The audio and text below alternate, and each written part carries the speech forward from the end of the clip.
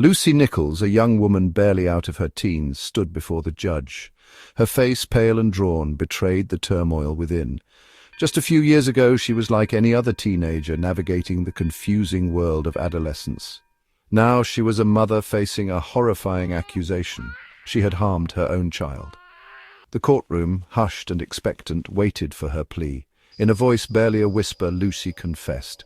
The weight of her actions pressed down on her. The guilt was suffocating. How could she, a mother, have inflicted pain on the one she was supposed to protect?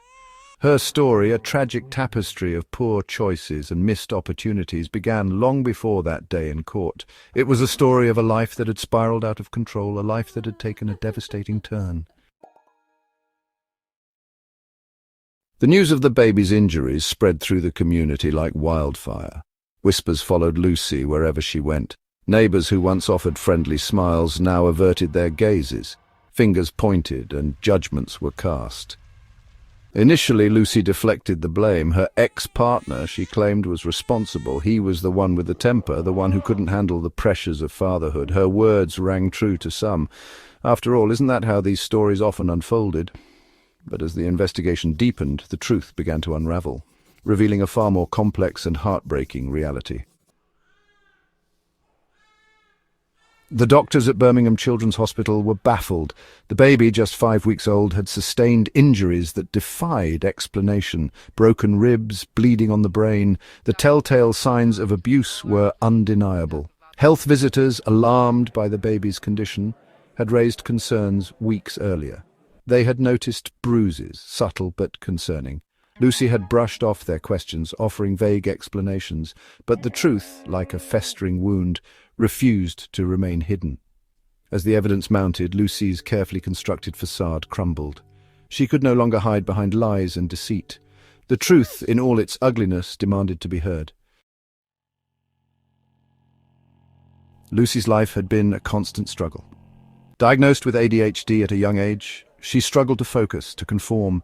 School was a battleground of misunderstandings and frustrations. She bounced from one dead-end job to another, never quite finding her footing. Motherhood, she had hoped, would give her life meaning, a sense of purpose, but the reality was far more daunting than she could have imagined. Sleepless nights bled into endless days. The baby's cries grated on her already frayed nerves. Postnatal depression descended upon her like a shroud, smothering her in a suffocating darkness. She loved her baby. She truly did. But she was drowning, desperate for a lifeline that never came.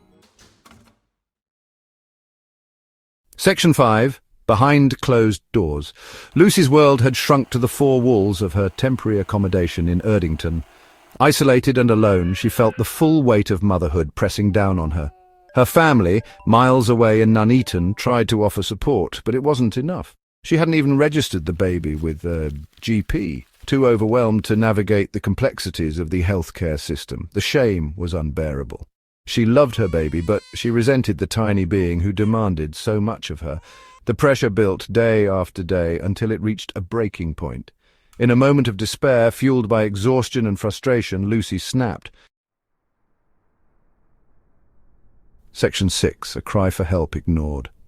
Looking back, there were warning signs, red flags that should have been heeded.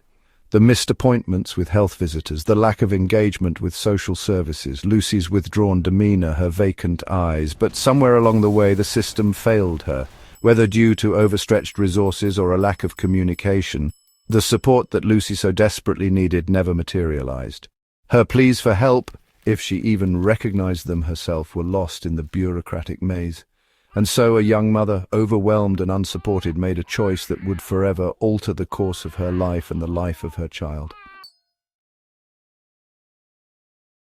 Section 7. Justice and its aftermath. The judge, a seasoned veteran of the courtroom, listened intently as Lucy's lawyer pleaded for leniency. He spoke of her difficult upbringing, her mental health struggles, her remorse. He argued that she was a victim herself, failed by a system that should have protected her. The prosecution, however, painted a different picture. They spoke of the baby's injuries, the severity of the abuse, the need for justice. In the end, the judge handed down an 18-month suspended sentence. Lucy was free, but the weight of her crime followed her like a shadow.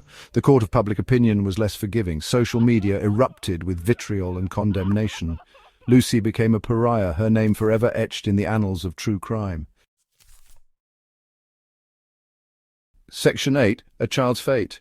The baby, thankfully, recovered from his physical injuries, but the emotional scars, the invisible wounds of trauma, would likely linger. He was placed in foster care, a temporary haven from the storm that had engulfed his young life. Adoption proceedings were underway, offering him a chance at a loving and stable home, a home where he would be cherished, protected, given the childhood he deserved. Lucy's visits were bittersweet, filled with a longing for what could have been. She knew, deep down, that she had made the right decision by relinquishing her parental rights. It was the ultimate act of love, a sacrifice made to ensure her child's well-being. Section 9. A Call for Understanding. Lucy's story is not an isolated incident. It is a stark reminder of the challenges faced by countless young mothers across the country. Mothers battling poverty, mental illness, and lack of support. Mothers who are failed by a system that is ill-equipped to meet their needs. It is a call for understanding, for compassion, for a more humane approach to addressing the root causes of child abuse. We must do better. We must provide young mothers with the resources they need to thrive, to break the cycle of poverty and despair. We must offer them a lifeline, a beacon of hope in their darkest hour. For the sake of Lucy, for the sake of her child, and for the sake of all the other families struggling in silence, we must act now.